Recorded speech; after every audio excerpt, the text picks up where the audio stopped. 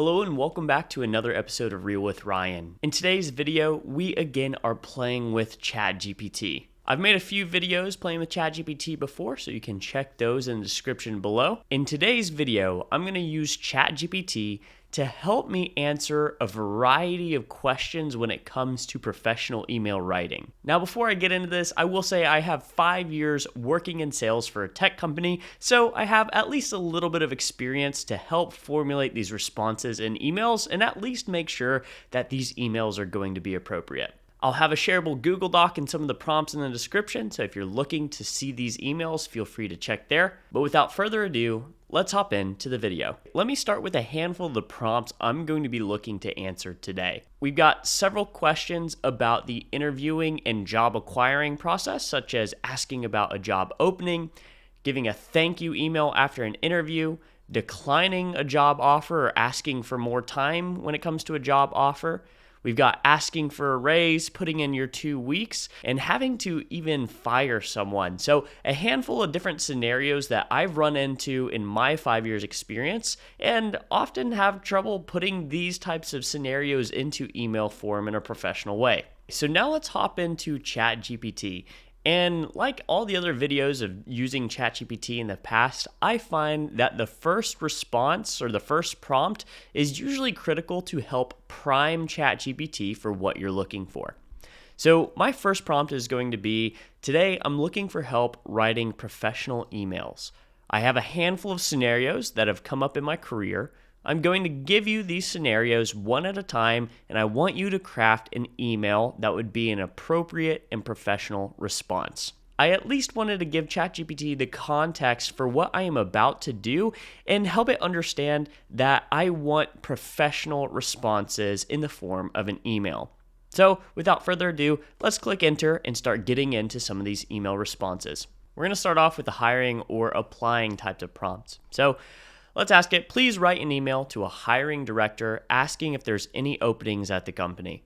I also want to make it clear that I want to begin the process for applications and interviews. So not just asking about a job, but asking about a job in the context that I want to be applying or start that process. Okay, and let's see what we get back here. So we have a subject line, inquiry for job openings and application process. As someone in sales, I do not hate that subject line. It seems straightforward and to the point. And I have just read through this email, and honestly, this is a really solid email. I'm pretty impressed with its ability right out of the box. So, we have dear hiring director's name.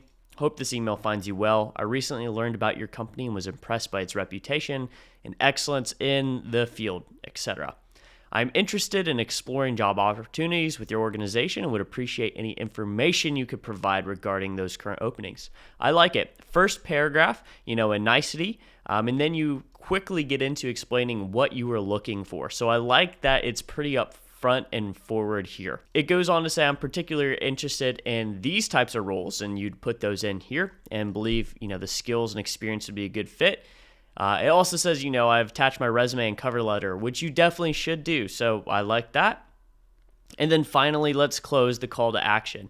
If there's any open positionings or upcoming opportunities in which I might be qualified for, I'd be honored to apply to start the interview process. Please let me know if there are any steps I should take to apply or if you require any information from me. Thank you for consideration and hope to hear from you soon. This is honestly a really great email. I would feel pretty comfortable sending this to almost any hiring manager off the box. Now, you might want to go through and change this to be a little bit more personal for you, such as, the sentence, I would be honored to apply to start the interview process. That might not be the language I would use. It's not bad, but you might want to just tweak some of the language around this and make sure that it sounds authentic to yourself. The impressed by your company's reputation as well, there might be a little bit of tweaks there.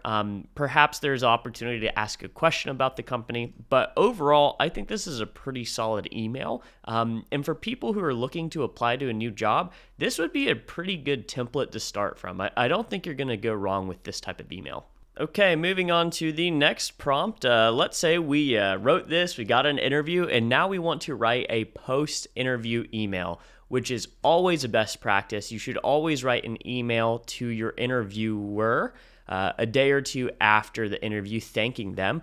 But, sometimes this can feel a little bit awkward for people. So let's write a post-interview email thanking our interviewer for their time and letting them know that you think you'd be a great fit for the job and would love to have it. I might not read all of these emails word for word. I'm going to have them in a document so you can come in and read or copy and paste these. But, subject, thank you for your email. So you want to take the time to thank them for the meeting today. It was a pleasure learning about them, the organization.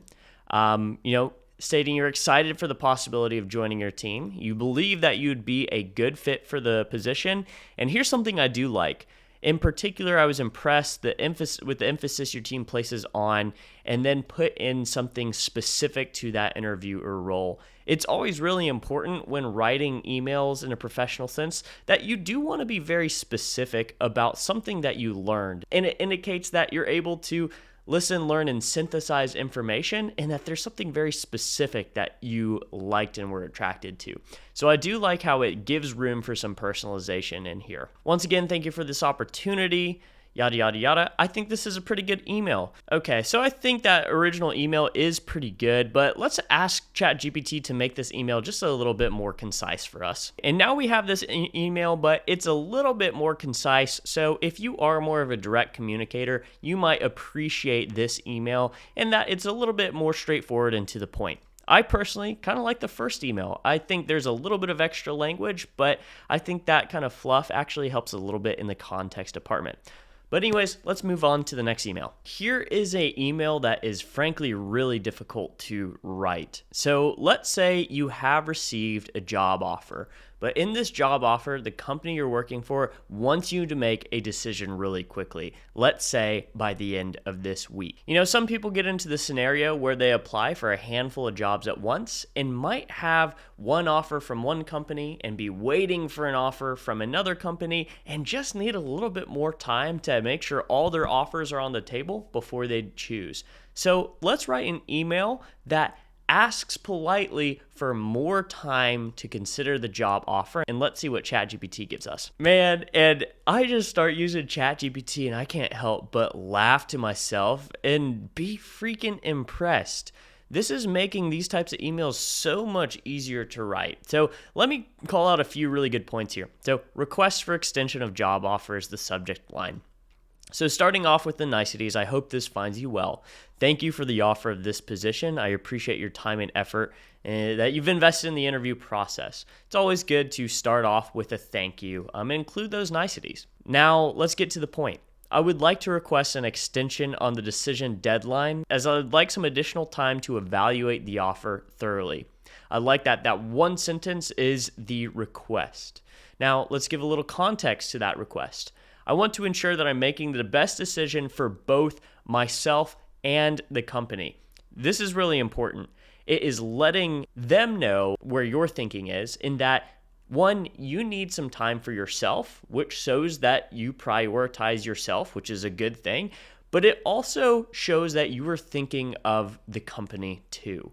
So this isn't just a selfish thing, but you want to make sure that you're a fit for both the company and yourself. Now, this ending portion of this email could either be tweaked, left off, or changed on a personal basis, but, saying, I would like to take some time to review the details of the offer and discuss with family and other advisors. That could be good. You could probably leave that off and just say, hey, I want to ensure that this is the best decision for myself and the company. You might leave it there. I might leave it there. This is a good acknowledgement, though. I understand you might have other candidates and timelines to consider, but would appreciate your understanding and flexibility in this matter. It's good to acknowledge that the company has priorities and that you understand this process and that other people are involved in this decision as well. And here's where it says, I hope to provide you with the decision as soon as possible and keep you updated throughout the process. While it is good to say that, I definitely would advise giving them a specific date. So let's say they want you to make a decision by Friday. I would try to be really specific and say, can I do the following Friday or perhaps a week and a half? I would give a very specific date. That way the interviewers know that you were talking with certainty and not just being a little wishy-washy and saying, I'll keep you updated whenever I make a decision. That might be a little bit flakier per se, but overall, pretty solid email. Okay, this next one should be a little bit more straightforward. We're going to write an email declining a job offer. Okay, and here is a pretty solid email. It is a little bit lengthy, so I think for a job offer decline, it might be decent just to be a little more straightforward and to the point. But, thanking them for the time, I think that's good. After careful consideration, here's why I'm not taking this job. I want to express gratitude. I think this is a great email, and if you're being very polite or trying to keep this company on good terms so that you might be able to come back to that company. If you do know that a company just isn't the right fit for you, this type of email might be a little bit overkill for declining a job offer. But, as a good best practice, this is a solid email again. All right, this next email is another challenging email. Honestly, my professional advice is that you want to have this conversation in person, which does make it even more difficult to articulate this in real time. It's definitely more effective, but let's write an email and at least get some language responding to a job offer asking for a higher wage. This is always tough to do, but it can be very important in order to maximize what you're earning for any job offer that you get. Like I said, this might be kind of a weird email to send. This is definitely more of an in-person conversation in my opinion, but what we're doing is saying, hey, we would like to negotiate. And so the email header is negotiation request, which I think is appropriate. You're thrilled by joining the team. However, you would like to respectfully request a higher salary than outlined in the offer. And now you go in to explain why that is. You believe the salary of perhaps specific amount would be more in line with the industry standards, etc. And then saying, I am open to discussing this matter further and exploring potential options that can meet both needs. So I do think that overall, this is a decent way to approach this type of email. Like I said, this is definitely more of an in-person conversation, but this is a good way to perhaps even open up the door to having that conversation. So decent language once again. Along the similar lines, we're going to be emailing our supervisor and ask for a raise. And importantly, I'm adding the notes based off your tenure and quality work. So asking for a raise does only work whenever you deserve a raise, right? Whenever you deserve a raise. Asking for a raise really only works well when you actually deserve that raise. And there's a few things that go into it, but time at a company as well as the quality of your work are definitely two of the highest priorities. So I'm going to assume we have that before doing this. And here's another good email. I'm not going to read this one out, but I do love this subject line actually. Request for salary review. Before this, I likely would have just done request for a raise, but that might be a little bit too on the nose. I think salary review is a good way to open up a discussion with your manager to discuss your salary and not just saying, I need more money, I want more money, but let's review my work, let's review my salary and see if there's any opportunity for an increase in that based off of the amount of time I've been here or the quality of the work that I've done. And this email kind of explains that. So once again, a good in-person conversation, but this is a good way to start opening those conversations. So definitely like this one. Let's write an email giving our 2 weeks notice. Definitely an awkward email to write. It's going to look different for everyone, but let's see what ChatGPT comes up with. Straight to the point. I'm writing you to inform that I'm going to resign effective 2 weeks from now. I've accepted a new opportunity, etc. I also like this, express your appreciation. This is going to look different for everyone. Let them know what you've learned and that you're thankful for this opportunity. I think that's polite and professional. Here's an important thing though.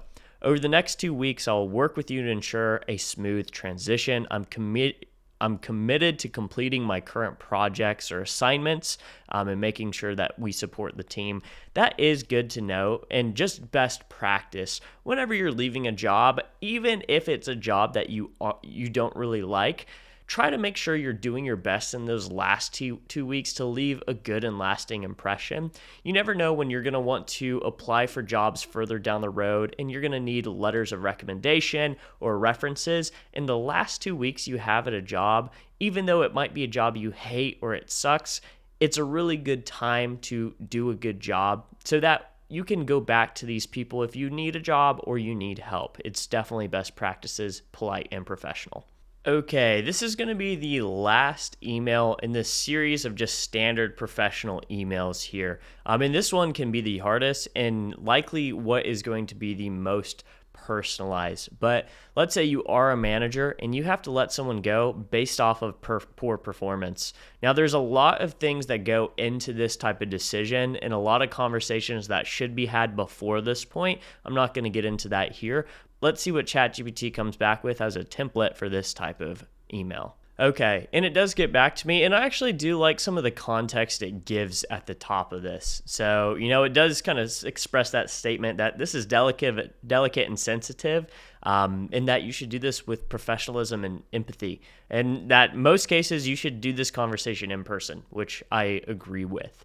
But if we do have an email, here is a template. It's regret that I inform you your employment is terminated effective immediately. So I definitely do agree. Be straightforward, be to the point. Then you want to go into some of the context around this.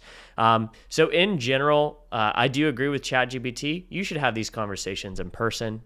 But here is at least some language that you can use for this type of conversation. That is a handful of emails that I have had to write or have come across in my professional career.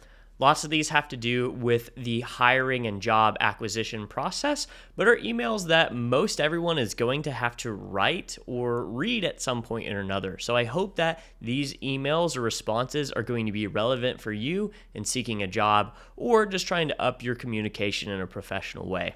I have this Google document where I have written down all the different prompts as well as the email responses that ChatGPT has come up with. So please check the description below for that. You can see these emails, copy these emails, etc. There were a handful of types of emails that I didn't get into today. If you do like this video, I can make another video like it. The other types of emails were going to be very much job or client focused. So in the context of doing your job on a day-to-day basis, dealing with clients in a variety of contexts, there's different prompts or responses that I've seen come up time and time again that if you want me to, I can create a video showing you how ChatGPT would help negotiate and navigate all of those different client scenarios, but I figured this would be a good point to leave this video. If you enjoyed today's episode, please consider giving it a thumbs up or consider subscribing to my channel. If there's any other types of videos you want to see, leave a comment down below.